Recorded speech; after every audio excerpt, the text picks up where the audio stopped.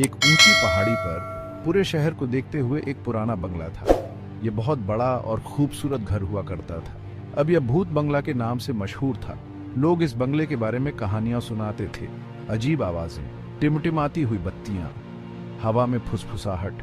कोई कहता था यह घर शापित है, तो कोई कहता था यहाँ भूतों का साया है। रवि, निशा, अनिल और सुमित दोस्त थे और स्कूल में पढ़ाते थे। वे भूतों पर विश्वास नहीं करते थे। उन्हें ये कहानियां बकवास लगती थी। उन्होंने बंगले में एक रात बिताने का फैसला किया। वे साबित करना चाहते थे कि भूत होते ही नहीं।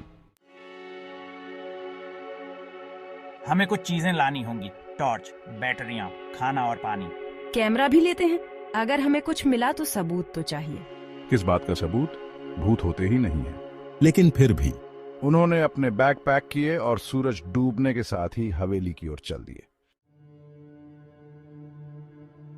लोहे के पुराने गेट के कब्जे चरमराते हुए खुले। रास्ता घास और झाड़ियों से भरा हुआ था। हवेली उनके सामने थी, अंधेरी और खामोश। मुख्य द्वार ऐसे खुला जैसे उन्हें अंदर बुला रहा हो।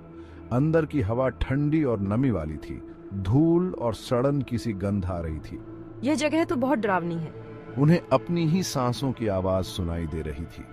सिर्फ उस पुराने घर की चरमराहट से सन्नाटा टूट रहा था। वे एक एक करके हवेली के सभी कमरों में गए। हर कमरा खाली था, मकड़ियों के जालों और धूल से भरा हुआ। उन्हें एक लाइब्रेरी मिली जिसमें किताबों से भरी अलमारियां थीं। ये देखो। रवि ने एक पुरानी धूल भरी किताब निकाली। यह एक डायरी थी। वह जोर से पढ़ने लगा। यह डायरी उस औरत की थी जो कई साल पहले इस हवेली में रहती थी। उसने अजीब आवाजों और रात में चलती परछाइयों के बारे में लिखा था। उसने लिखा था कि उसे ऐसा लगता था जैसे कोई उसे देख रहा है। भाग 5। भूत अचानक। किताब के शेल्फ से गिरने की आवाज पूरी लाइब्रेरी में गूंज गई।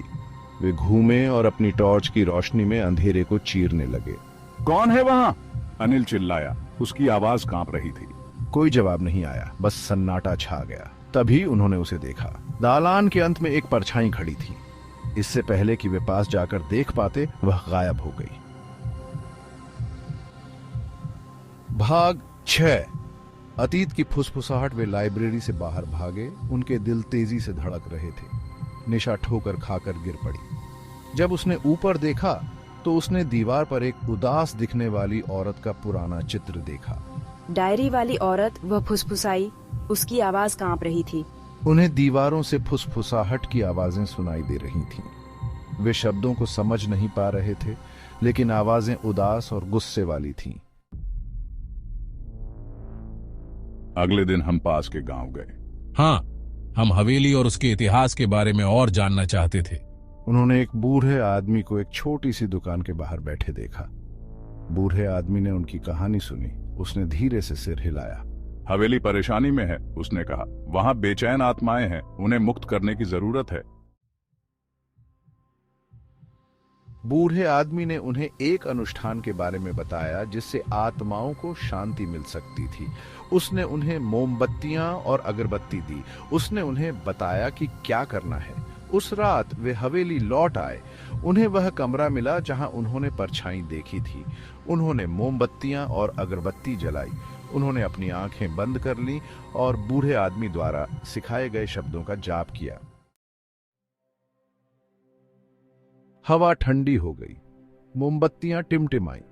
फिर सब कुछ शांत हो गया। फुसफुसाहट बंद हो गई। देखे जाने का एहसास चला गया। उन्होंने अपनी आंखें खोली। कमरा एक गर्म, शांतिमय रोशनी से भर गया था। बूढ़ा आदमी सही कह रहा था। आत्माओं को शांति मिल गई थी। दोस्त अगली सुबह हवेली से चले गए। वे अब डरते नहीं थे। उन्होंने अपने डर का सामना किया था और बेचैन आत्माओं को शांति पाने में मदद की थी। पहाड़ी पर स्थित हवेली अब डर की जगह नहीं थी।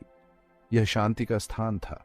और चारों दोस्त जानते थे कि कुछ कहानियों का, यहां तक कि भूतों की कहानियों का भी सुखद अंत हो सकता है।